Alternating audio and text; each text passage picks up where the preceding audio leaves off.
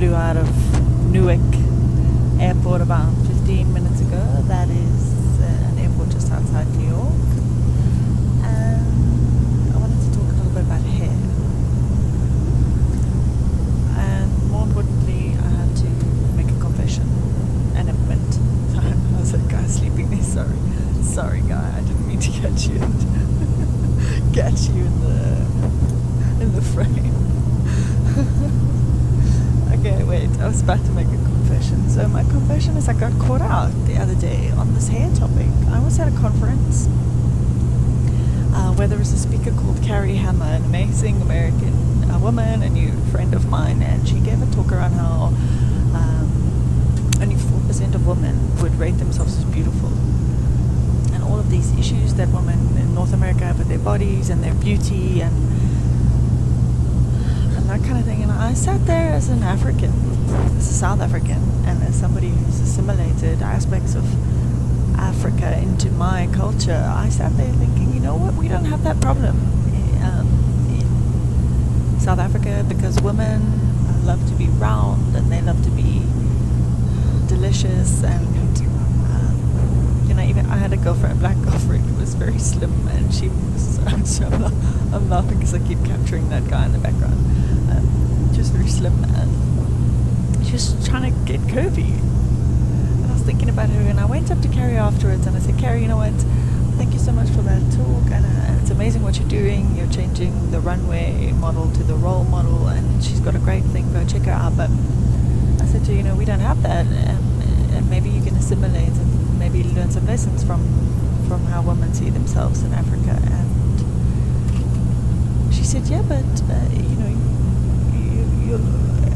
women in Africa have got problems with their hair, issues about their hair as a response.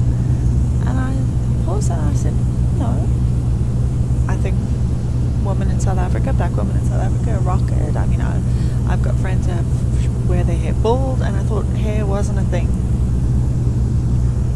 And then a week later, this Pretoria hair issue breaks out, which is a whole other topic. I'm not going to comment on it other than saying it is insane that you can't braid your hair or knot your hair or have your hair in afro, so long as it's not,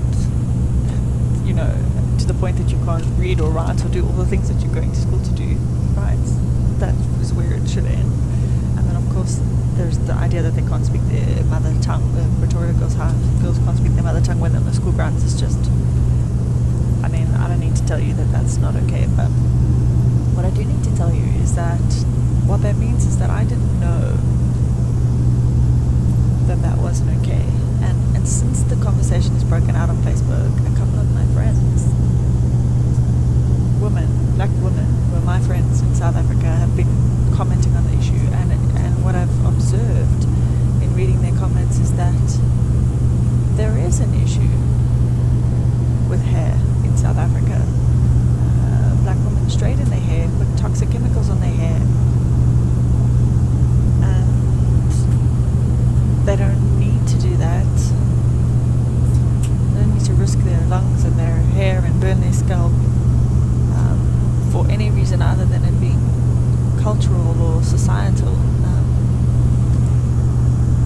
And that's a phenomenon I can only observe from the outside, but what I can comment on is that I wasn't aware that it was an experience that was challenging for women who are friends of mine, close friends. So the thought that I want to leave you with is to have the conversations.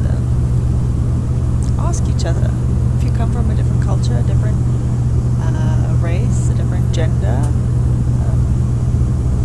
be aware that there are things that other people are experiencing as challenging. Take the time to try and understand them, and have a dose of empathy when you put yourself in their shoes and imagine what that experience is like. So I want to shout out to my two girlfriends, Lilama and Susie, who opened my eyes to this